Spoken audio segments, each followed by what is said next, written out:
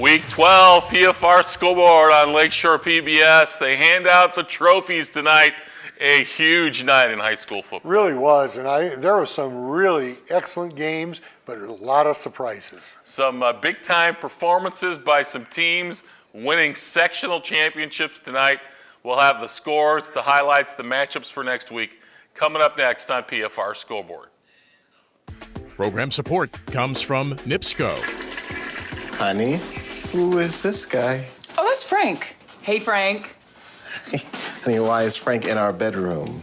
He's showing us ways to save money. Plus, he'll even help us install LED bulbs and new shower heads. Oh, well, he is leaving before I shower, though, right?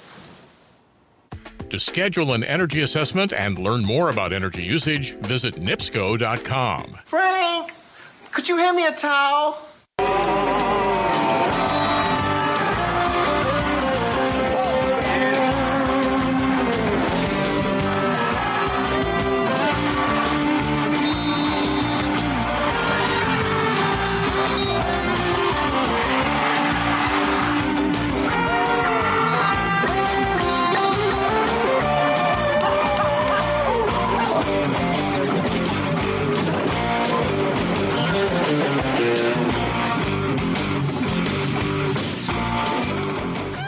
It is PFR Scoreboard, Week 12 Sectional Championship Week. Some great performances tonight, big-time performances by a couple of teams, and we are ready to jump into it. Let's first start at Portage, where it was Crown Point taking on Portage. The Bulldogs would be looking to avenge an earlier season loss tonight, and things broke their way early with Portage turning the ball over early in this game. And it was a Crown Point night, got the clock running, got a lead, played defensive football, tried to control the ball, got some quality passing numbers as well to keep drives going. So it was a big night for Crown Point. As a matter of fact, it's a running theme that you're going to see on this program tonight, revenge and defense. Yeah. And Crown Point's defense, Yeah. not up there with, say, Lowell, but Crown Point's defense is pretty darn good, as Anthony Maceo and Portage found out tonight. Yeah, it was much better tonight than it was during the regular season. Let's check out some of the highlights, shall we? The Bulldogs winning back-to-back sectional championships tonight, Wayne. Yeah, boy, that is outstanding. After their slow start this season, they come back strong, finishing out with another sectional championship. And you got to credit Ryan Bolden with this win. He really matured throughout the season. He had 2 touchdown passes tonight, and Crown Point really, really played well. Well, if the Bears need to watch Crown Point. If you get the passing game going, it improves your running game. Right, that's right. But you have to throw the ball to get your passing game going a little bit. That's true. They still haven't come to that conclusion that you do have to throw the ball in order to get the passing game going. But big-time performance by the Bulldogs tonight. They played some sound, fundamental football. They worked the clock. Excellent defense, moved the ball, got on the ball. And right there, we talked about when these games are close, you can't lose the turnover battle because that's a big change in the field position right there. And with 2 teams that are basically evenly matched, the turnovers can make a big deciding factor in the game. No doubt. And it did, missed field goal there, but it did tonight, without a doubt. Yeah, there was 2 turnovers early but in the game, but I mean, if you get behind to a team like Crown Point, they are going to work the clock and run the ball and try to shorten the football game. They've got a halfback that can do it too. Yeah. This Gomez is outstanding. Number 2 rusher in Northwest Indiana, and boy, he can run it. And I know that Portage really tried to concentrate on taking him out of the game, but Ryan Bolden stepped up. This was kind of the formula when they beat Valpo at home. Yeah. Is get the lead, run the ball, shorten the game. That's obviously something they're going to have to try to do again next week against Penn. But getting the lead against Penn is going to be a little more difficult. But I think at home, that's going to be the formula again if they're going to try to win the football game. Well, the quarterback's got to have another big night. Yeah. I believe he had, 2 touchdown passes tonight? Yeah. He's going to have a big night, and that's asking a lot against that Penn defense, but they get the chance. Next week, we'll see. Well, and Penn's offense is not prolific by any means. No. Even though they scored 40 tonight, I mean, Valpo contained them pretty well last week, and it's not a Penn offense that is explosive like they've had in some years. Right. So, Crown Point at home next Friday night with Penn in the regional championship. All right, let's go out to Valpo High. If there was a mild surprise of the night, this might be it with North Newton and Boone Grove. And North Newton with the big win over Whiting a couple weeks ago. And then tonight, really on the road, a tremendous performance with their misdirection offense running the football tonight against the Wolves. You know, really the surprise was the score in this particular game. North Newton, we knew, was a good team defensively and offensively. We didn't know how good offensively they were. And the Wagners tonight, young men, Colin and Colt, dominated. Yeah, I thought this would be more of a standoff when it came to physicality along the line of scrimmage, but it looked like North Newton physically won a lot of those battles tonight. Let's check out some of the highlights. The Wolves and the Spartans from over at Valpo High. So really kind of a surprise tonight. We knew that North Newton's defense had recently years of some success, but they're already in plus territory right here. There's some good Boone Grove defense there with a tackle for loss, but North Newton is a difficult team to prepare for their offense when you don't have a lot of time. Right. It's like when you play Navy in college football. Some teams actually practice for Navy 4 weeks before they play them because they're hard to stop. And as you mentioned, the Wagner kid, not Colt, the other one. Well, Colin. Colin had a big night for North Newton tonight. Yeah, without a doubt. I mean, their offense was the story tonight. Nice run getting around the end there, but being able to get points early, get a lot of points, get a nice lead, using some play action with a short passing game here. But really, when you got 3 guys running the ball, can't really key on one then. This is Colin right here. He's only a sophomore. And, not only is he really good offensively, but he and his brother both are leading tacklers in the area for on their defense. Yeah, really outstanding performance by North Newton. First sectional championship since '93. I think they won one in '87, one in '93, and haven't scratched a sectional championship since. So that's a big win tonight for Coach Bean and the Spartan program to get another sectional for the Spartans. And again, they went up against a hungry team that had never won a sectional championship. So, and although Boone Grove hasn't been in the football business very long, they should be proud of their football team because, hey, sectional finals, not bad at all. Very proud. Looks like they found something running left there on these highlights, and then play action throwback a little right here. Running right's hasn't been successful, at least on this tape that much. Here we go. A little bit of a counter there. He is, there. Colin. There you go. Yeah. Well, and we saw Colt Wagner was the big running back a couple of weeks ago against Whiting. Mm-hmm. That's right. But the ability to have 3 guys running the football. So North Newton is at home next week against Woodland. They'll be somewhat of an underdog against a good Woodland team, but a sectional championship for the Spartans and an outstanding defense, and they will be trying to win a regional championship next Friday night. All right, I think we are going to check out all the scores, shall we? All the scores across Northwest Indiana with our teams. Let's go to the scoreboard. On it, we'll see the Lowell Griffith highlights in a minute. But I think they were identical scores with New Prairie and Lowell tonight. Yeah, New Prairie is putting up points. But wow, this is going to be what a battle this is going to be for regional. New Prairie against Lowell. And West Lafayette, the heavy favorite to win state in Class 3A. Yeah, I mean, they just jumped on Andrian from the beginning. They had a running back, and the name escapes me, but... Sage Hood. There you go. 5 TDs. Sage Wow. Hood. How can I forget Sage Hood? Yeah. Yeah, that's a distinct name. Yeah. All right, elsewhere on the scoreboard tonight, Lowell Came does back. beat Triton. Yes, Laville comes back to win. I could have on gone Triton. 2-0 tonight. See Yeah, that? you see, you just didn't pick it. You didn't pull the trigger. But Triton led this one 7-3 Not a good for night a for long you, time. Wayne. No, it was not. No. Oh, you think he's having a rough night? 3-3. Were you 3-3 tonight or 4-3? 3-4. 3-4. Wow.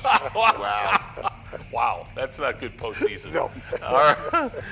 All right. We are going to go to our games of the week, I believe.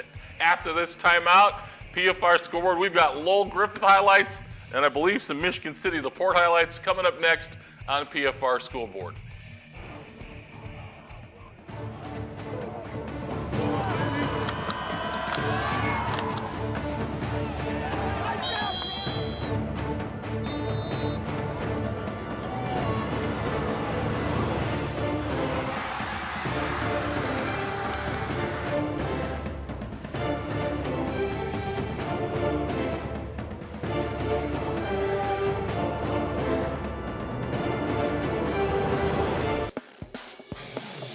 For more information on everything prep football, visit us on Facebook or on Twitter at PFR Sports. All righty, PFR scoreboard, our final PFR scoreboard of the year. A great job by our crew this Filmers season. or everybody. We got some more highlights coming up. Yep. Of our production guys. Let's go to the highlights. Griffith and Lowell. A lot being said with this one, but Lowell had this one circled on the calendar after losing at Griffith last season. They were swarming tonight. The offense had it going, and 4 receivers. They had 4 receivers out there. Yeah. Yes. You saw that correctly. That's right. That was not a technical difficulty thing there. Wow. Yeah. But see, I've been telling Wayne from the beginning that Lowell's defense is outstanding. But Lowell won't listen. I mean, Wayne won't listen. Yeah, okay. But some great run game there as well. Yeah. And You know, see, I was really surprised with Lowell's offense. I knew they could score, but I didn't think they were going to get to 42 against the Griffith. But once Griffith opened up with an initial touchdown off the opening kick, boy, Lowell just cracked that. Well, they have, as Coach Kilmer talked about last night, they have more team speed. This is not a regular Lowell Right. team from years Right. past. Right. They've got more team speed at the skill positions than they've had. And if you can put four wide out, throw underneath, as you saw there to Justovich, and spread the field out. Oh, he had a pick tonight, Yep, too. he had a pick. He had a huge night. He had 2 touchdowns and a pick. in his 50th career game. Yeah. Yep. 50 games played rather by this kid. That's pretty impressive. And so there's really not one guy you can No. Yeah. offensively kind of key on, because Gill can break it the other way if you are not prepared for it. But I like this short passing game. They're going to need to throw the ball, so New Prairie will not be able to load up defensively on one aspect of their offense. Griffith had a tremendous year, but we've talked about Lowell is Lowell.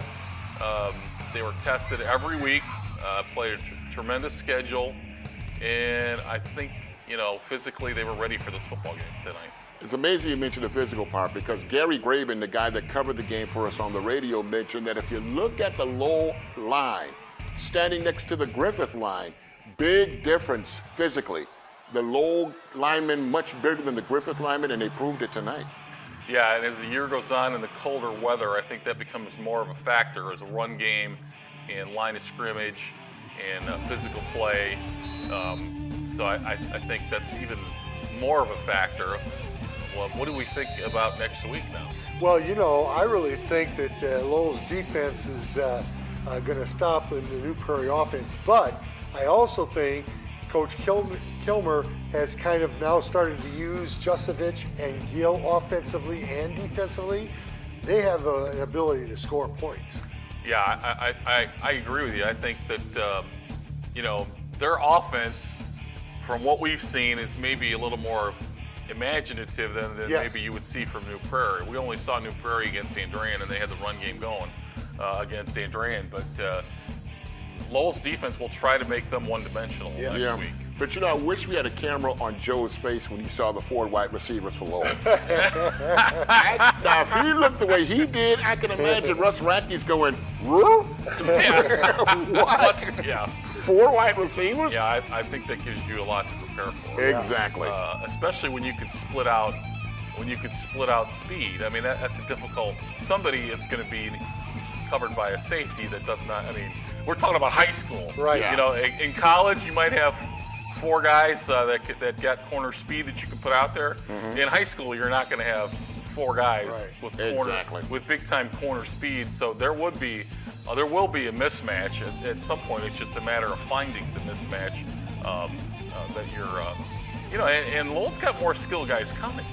Which is, it's not just Gill and Jusevich. I mean, they've Wildman in the backfield. Well, they've got is Wildman another and they've got Tyler the other Wright. guy who's been carrying the ball of late as well. So they've got a quarterback that can make plays. I mean, he's not throwing the ball 50 yards down the field, but he's moving in the pocket. Yeah, he's got good vision. He's got, if you see in these highlights, he's got good vision down the field, the ability to throw on the run, and I just think that gives them a little bit of an added dimension. I mean, they haven't scored how many games this year have they scored over 30 points? Not many. No.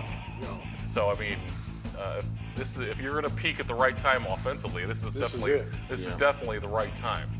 I mean, because a 42-7 win over Griffith is much different, I think, than what New Prairie winning 42-7 tonight over St. Joe. Right. And having the game at home next week for Lowell will be a decisive advantage for them as well. Yeah, no doubt about it. The Inferno's a tough place to play, as Griffith can tell you, but also let's give kudos to Griffith. Tough night tonight, but a great season. Great season without a doubt, and losing some seniors there, but a tremendous season. Did themselves very proud with the conference title, but unfortunately for them, they were just beaten tonight. All right, our other game of the night was out at Michigan City. We talked about it, have never won a sectional championship, and you guys had a chance to talk to Phil Mason after the game, and he told you that they practiced a new defense against LaPorte's offense during the bye week before they got it going with Munster, and they kind of played it a little like last week, like they were thinking about LaPorte in that game against Munster. And that just shows how good a coach Phil Mason is. I mean, this is a guy that's won a state championship, made it to the state championship another season when he was with Andrean. So you know the guy knows what he's doing. He's got a defensive coordinator in Roy Richards, who was a winner at Hammond Morton. You put those two guys together with a pretty good quarterback and a good football team, you get what you got tonight. Let's go to the highlights. I did hear you guys talking to Coach Mason, and I definitely think the biggest thing is changing the culture in these 2 years. Yes. Oh, definitely. Coach Mason came in, and people, didn't realize how good of a coach he was because Andrean supposedly always had talent. He came in there, he changed the culture. Here's the 99-yard fumble return. Right this was a huge play in this game, but they had a lead early in this game, but then LaPorte on the Michigan City one coughed it up, and then they take it all the way down for a touchdown. Lyric McFadden did it, and he's had a couple of those this season. And see, let us not forget, before that, LaPorte went for it on 4th down and 3rd at their 25, 26-yard line. They did not get the first down. That's another momentum swing. Yeah, that's their game. They have to keep the ball. Michigan City capitalized and actually scored. Exactly. They huge crowd tonight. Muhammad running the ball well, McCullough running the ball well. But really the story of this game was their defense getting LaPorte off the field. As a matter of fact, I'm thinking, when was the last time Michigan City's defense would actually say, hey, Lowell, we can compare with you for this week? Because when was the last time LaPorte was shut out in the first half of the game? Yes, good question. That's a real big question. Yeah. I mean, I don't know if when Valpo played them this year, they were shut out in the first half. I don't know. We'll have to figure that one out. But they don't get shut out in the first half often. Right. That's right. Really, that was a huge 31-0 Michigan City lead at halftime. There's some good gang tackling there. There's your answer on how they got shut out. The fact that they were gang tackling, they obviously, as you mentioned, practiced for them during the off week, and you see the results.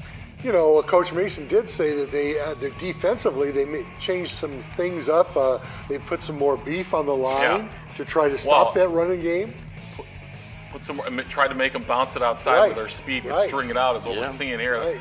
If they're trying to bounce outside, if they clog up the middle, then Michigan City's team speed can get down the line of scrimmage and try to tackle them and make it a longer field. That looks like something. So they may have gave up some speed inside, got a little bigger inside there, and slowed them down running the ball that way. And when's the last time Griffith and Laporte both had off offensive nights? I mean, it's like been a while. Yeah, that's not often. Duke. Nice sack of the quarterback there by the Slicers. In Michigan City, they had some turnover issues. Oh, there was a turnover, nice deflection, interception there. They had some turnover issues early in the season, but not tonight. A massive celebration out there in Michigan City tonight. Hey, never ended tonight because now they won that sectional. Well, and you look at we're going to see these highlights again, but you look at Michigan City, they lost to home with Flossmoor. Okay, that's really throw that game out. Right. Then two very close losses at Laporte, at Valpo. So they really have been in every game on their schedule. They could have been conference champions if it weren't for two plays. I think, now the job is, let's not get satisfied with a sectional championship. Let's mentally get ready to play and get greedy next week. And I'm sure that'll be the message tomorrow and Sunday and Monday is for them not to be satisfied. Get ready to play another outstanding football team next week in Concord. And that's tough because you just beat your rival who beat you on a controversial play during the regular season.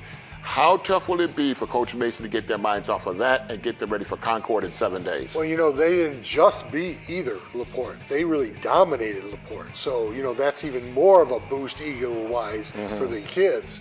So they really do need to focus. Well, yeah, and I think the good thing is they've played a very difficult schedule. Yes. Yeah. And they've played difficult road games already this year.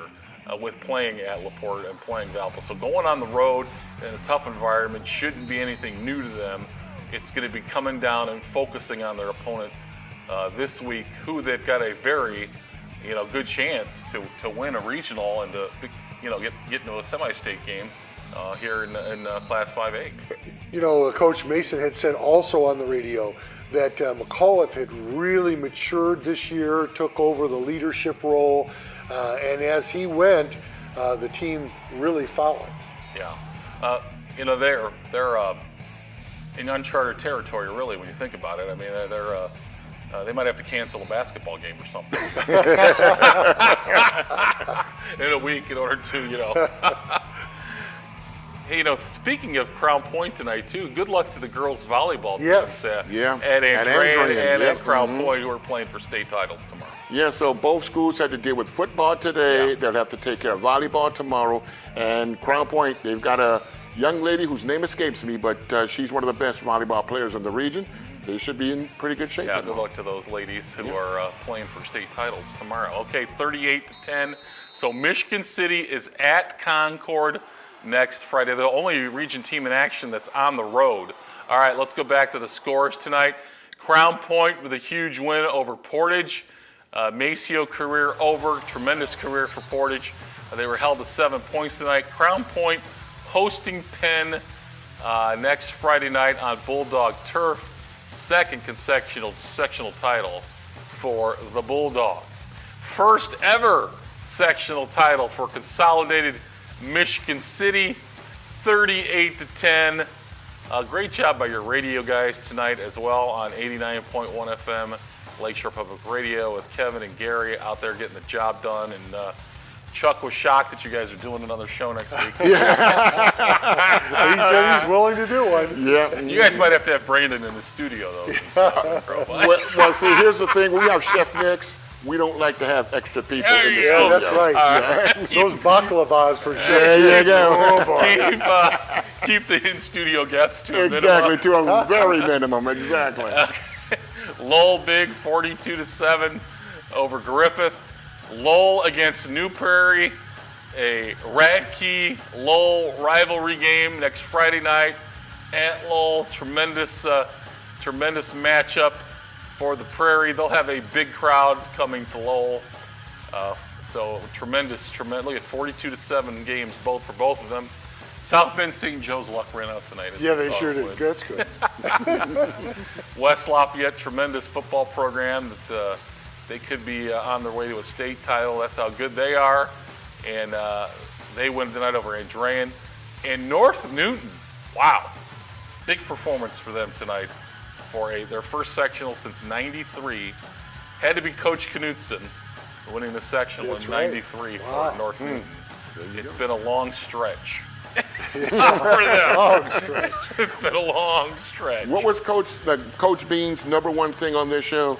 The fact that Tommy didn't hold the umbrella for him. He he now is known as the man that won their first sectional in a long time. A tremendous job. For exactly. them, to get things going down there. And we want to thank Chef Nix for providing all the support. Oh, he's kidding us. There you go. He's got some. All right, guys, I think we're getting the wrap. We'll see you Thursday for our final edition to PFR on Lakeshore PBS. Good night. Program support comes from NIPSCO. Honey, who is this guy? Oh, that's Frank. Hey, Frank. Honey, why is Frank in our bedroom? He's showing us ways to save money. Plus, he'll even help us install LED bulbs and new shower heads. Oh, well, he is leaving before I shower, though, right? To schedule an energy assessment and learn more about energy usage, visit NIPSCO.com. Frank, could you hand me a towel?